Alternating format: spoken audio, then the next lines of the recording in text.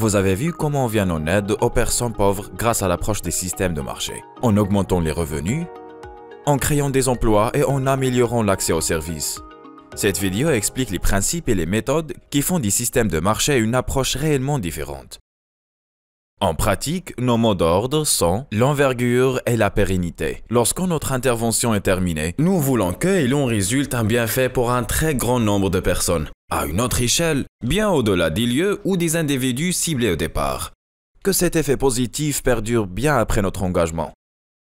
Parce qu'ils travaillent sur les marchés les plus importants pour les personnes pauvres, nos programmes ont en commun quelques principes bien établis. Nous reconnaissons que, étant des systèmes complexes, avec une variété d'acteurs et de nombreuses fonctions, les marchés sont dynamiques et imprévisibles. Au lieu de corriger les symptômes apparents, nous prenons le temps d'adresser les causes profondes de dysfonctionnement des marchés et d'exclusion des personnes. Cela demande une vision réaliste et comment les marchés continuent à mieux fonctionner, même après la fin de nos interventions. Ainsi, nous jouons le rôle de facilitateur. Nous identifions des opportunités d'aligner d'une part les intérêts et les possibilités des acteurs de marché avec, d'autre part, les objectifs de réduction de la pauvreté.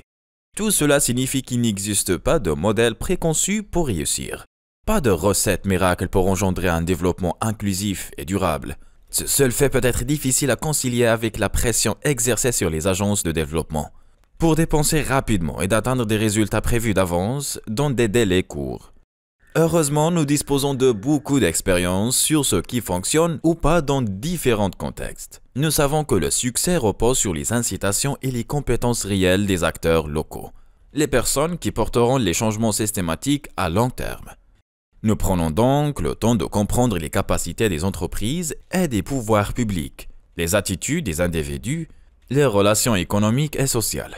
Nous tenons compte des relations de pouvoir et des institutions, les règles et les normes sociales qui influencent les comportements.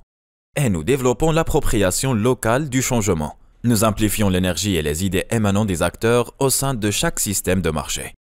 Dans la pratique, nous commençons souvent avec quelques entreprises partenaires, en donnant un coup de pouce à quelques-unes de leurs innovations en faveur des personnes pauvres. On laisse ces entreprises plus motivées et prêtes pour l'avenir. Mais nous évitons de trop investir dans la réussite d'une seule entreprise au détriment de la résilience du système. Au lieu de cela, nous stimulons la réplication et le crowding in, en utilisant le partage des risques, le plaidoyer, les effets de démonstration et d'autres interventions. Les innovations sont ainsi diffusées dans des cercles plus larges des entreprises et auprès d'un bien plus grand nombre de bénéficiaires. Nos programmes ont tendance à employer des tactiques caractéristiques. Nous gardons un profil bas. Nous encourageons le leadership des organisations et des entreprises qui sont des acteurs de long terme.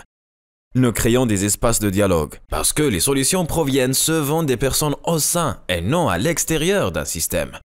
Nous utilisons avec prudence les subventions et le soutien afin de ne pas entraver les incitations à l'innovation et à l'investissement. Et face à l'incertitude, nous expérimentons délibérément. Nous prenons des risques, nous tirons rapidement les leçons des échecs et nous amplifions les réussites. En fin de compte, ces tactiques signifient que nos programmes sont axés sur le soutien des changements à long terme qui profiteront aux personnes vivant dans la pauvreté et évitent les activités qui génèrent des résultats non durables. Par rapport à une grande partie de l'aide conventionnelle, l'approche des systèmes de marché peut être difficile à gérer. Elle demande d'être visionnaire, de la gestion adaptive, de s'engager à apprendre et à être capable d'affiner ou abandonner les activités d'une intervention, si nécessaire même à mi-parcours. Ces investissements à cette flexibilité sont récompensés par l'envergure et la pérennité des résultats que cette approche permet d'atteindre. Pour en savoir plus, consultez Beam Exchange.